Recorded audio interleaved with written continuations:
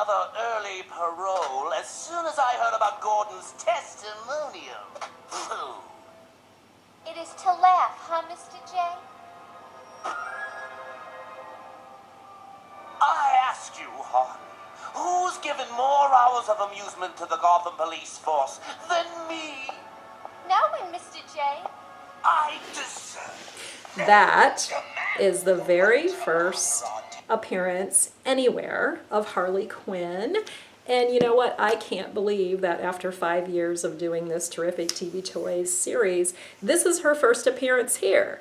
But, you know, recently Mego released a brand new 14-inch action figure of Harley, and it compelled me to grab off the shelf this lovely lady who's of a slightly more vintage variety. She originally came complete with hyenas, believe it or not.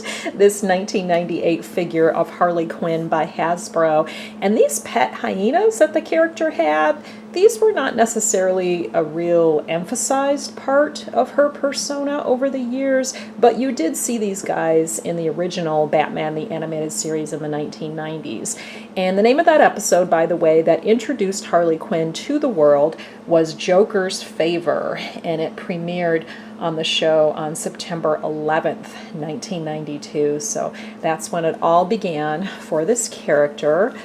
Dr. Harleen Quinzel, we would learn.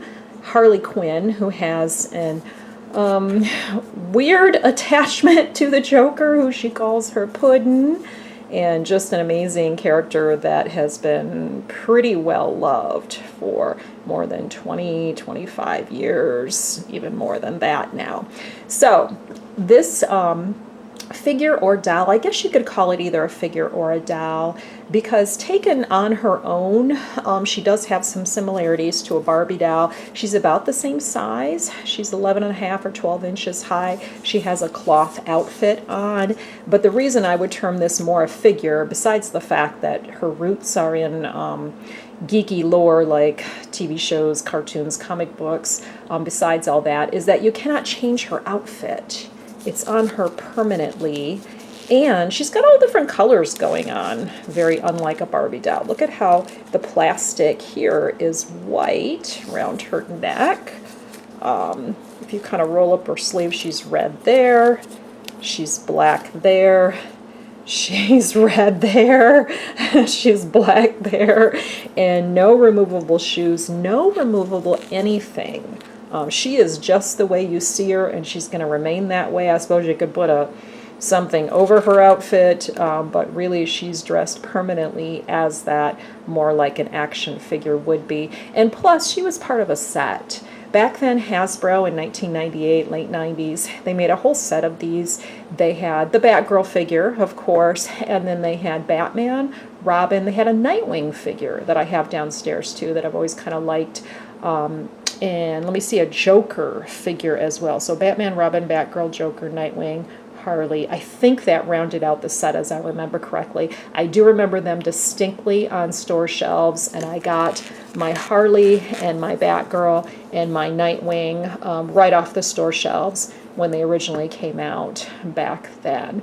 And she's cute. You can see there's quite a bit of detail in her outfit, her original Harley Quinn outfit. Her outfit has been varied so much over the years in the comics. You know, she was later brought into the comics because she was so popular from the animated series. And she, as I probably mentioned on this series before, I think I've mentioned it, that she is what I believe is the most cosplayed female character when I go to Comic Cons. There's so many variations of her outfits, and you saw her in live action in a Suicide Squad movie in a totally different, pretty much completely different outfit than this, but this is how she originally was dressed. The character was voiced in the animated series by an actress named Arlene Sorkin, and she knew one of Harley's creators. Harley is credited as being created by Paul Dini and Bruce Timm. Bruce Timm, really the mastermind behind that Batman animated series back then in the 90s. But we always understood her, I always understood her back then to be to have been like from the mind of Paul Dini, primarily because he knew Arlene Sorkin. She was an influence for this character. She was already a daytime soaps actress and already in the business, and then she went on to voice her. She was a friend of Paul Dini, and I thought I had heard at the time she was like his landlady or something. That's how the story went. Although when I looked it up online just before shooting this episode, it said that they knew each other in college. Whether or not that's verified, I don't know. It's just what I read. But such a different character with her crazy, I guess, Brooklyn accent and her crazy mannerisms. And crazy is the operative word because she was known to be crazy. She was ironically a psychiatrist, and then she met the Joker and just went to the dark side, you know. So this figure itself, back to this by Hasbro, similar to a Barbie doll, it does have some articulation. No waist articulation, but you can sit her down. She also has arms that will bend a little bit. So she's pretty posable with her plastic hyenas. Yeah, 2 of them in the package. And I'm going to show you also right now what the box looked like for her.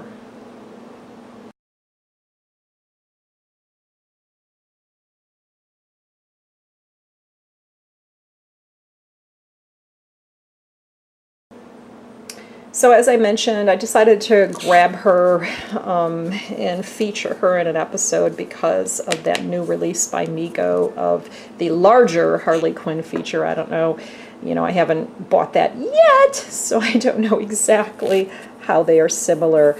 But let's look at some photos of that figure too, so we can do a little compare and contrast right now. The figure as she is on store shelves.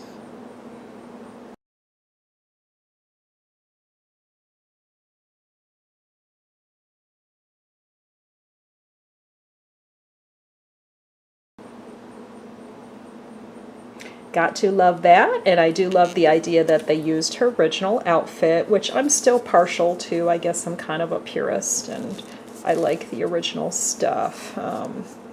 So yeah, there's the original crazy girl that we have all loved over the years. And I'm sure on a future episode you will see that Batgirl figure of the set and the Nightwing figure as well. When I get around to featuring those. So again, thank you for watching, and tune into BRBTV for more terrific TV toys.